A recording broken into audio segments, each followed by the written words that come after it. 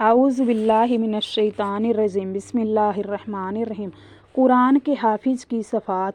हज़रत अली रज़ी अल्लाहु अन्हु से रिवायत है कि हज़रत सैयद आलम सल्लल्लाहु अलैहि वसल्लम ने इरशाद फरमाया कि जिसने कुरान पढ़ा और उसको अच्छी तरह याद कर लिया और कुरान ने जिन चीज़ों और कामों को हलाल बताया है उनको अपने अमल और अकीदे में हलाल रखा और जिन चीज़ों और कामों को उसने हराम बताया है उनको अपने अमल और अकीदे में हराम ही रखा तो अल्लाह जन्नत में उसको दाखिल फरमाएंगे और उसके घर वालों में से ऐसे 10 आदमियों के बारे में उसकी सिफ़ात कबूल फरमाएंगे जिनके लिए बुरे अमाल की वजह से दोज़ख में जाना ज़रूरी हो चुका होगा।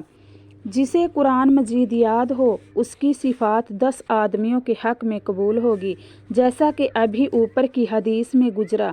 लेकिन इसी के साथ हदीस शरीफ में यह शर्त भी है कि कुरान पाक में अमल करने वाला हो, कुरान मजीद के मुतालबों और तकाज़ों को पूरा करता हो, हराम से बचता हो, हलाल पर अमल करता हो।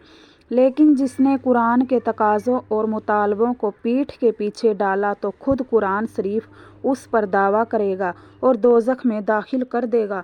बहुत से लोग गुनाह करते हैं और नेक अमल से कतराते हैं और नसीहत करने पर कहते हैं कि साहब हमारा बेटा या भतीजा या फलां रिश्तेदार हाफिज़ है, वह बख्शवा देगा। हालांकि यह नहीं देखते कि कुरान शरीफ पर वह अमल भी करता है या नहीं।